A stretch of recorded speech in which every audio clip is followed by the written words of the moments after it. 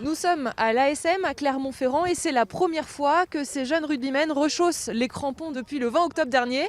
Et malgré les mauvaises conditions météo, il n'y a aujourd'hui quasiment aucun absent. Comment tu te sens aujourd'hui à la reprise ? Ça m'avait manqué, j'avais envie d'en refaire quoi. Ici on est dehors, on est avec les amis et on s'amuse bien. À la maison forcément, on n'a pas les mêmes entraînements. Puisque vous êtes en nombre réduit, en petits groupes, en vous écartant, vous allez pouvoir, tout à l'heure en revenant, enlever vos masques et vous resterez écartés comme il vous le demandera pendant toute la séance. Franck Chaput, vous êtes le responsable sportif de l'école de rugby. On le voit, ça a repris, mais c'est un sport de contact sans contact. Exactement. Le protocole nous permet de reprendre, mais par contre avec distanciation sociale, des groupes de 10 maximum, éducateurs compris. Même s'il y a un peu d'organisation, c'est un soulagement de reprendre.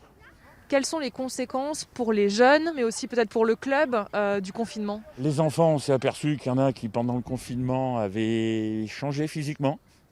Pas d'activité, donc surtout à cet âge-là, pour certains, prise de poids. Donc même d'un point de vue santé publique, il était utile que les enfants reviennent. La nouvelle vient de tomber. En rugby et en football, les adultes ont le droit de s'entraîner de la même manière que les enfants. Pour la compétition, par contre, il faudra attendre encore un peu. Romain Villette, vous êtes préparateur sportif au FC Chamalières, notamment pour l'équipe qui évolue en National 2. Les joueurs ont un travail à côté. Comment est-ce que vous les gardez motivés dans l'incertitude ? C'est difficile, surtout sur l'aspect mental, de les garder un petit peu concernés sur leur carrière un petit peu de joueur. Parce que certains doivent changer leurs horaires pour le travail. On fait au mieux, avec notamment des petites séances à distance ou en limitant le nombre de séances sur le terrain. Voilà, au mieux de 5 séances habituelles, on n'en fait que 3. Beaucoup d'incertitudes aussi sur la Coupe de France. Est-ce qu'elle aura lieu ou non ? Quelles conséquences ça peut avoir pour votre club ?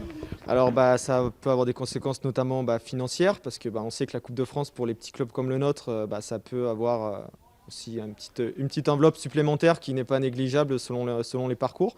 Mais aussi pour les joueurs et pour le staff, pour l'engouement de tout un club.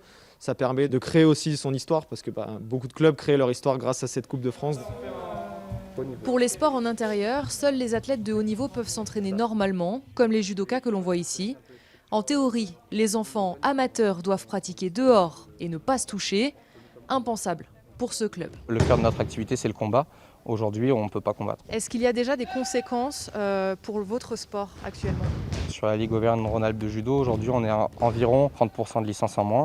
On a d'autres conséquences, bien entendu, sur la vie associative des nombreux clubs de judo en France. Donc, qui ont du mal à proposer de l'activité, qui perdent des licenciés et qui ont également du mal, qui risquent de se retrouver en difficulté aujourd'hui pour pouvoir faire vivre leur association, rémunérer leurs professeurs de judo. Et donc certaines associations qui risquent fortement de se retrouver en péril. La question est de savoir si les adhérents reviendront après de longs mois sans pratiquer leur sport. La survie de certaines associations, les plus petites, en dépend.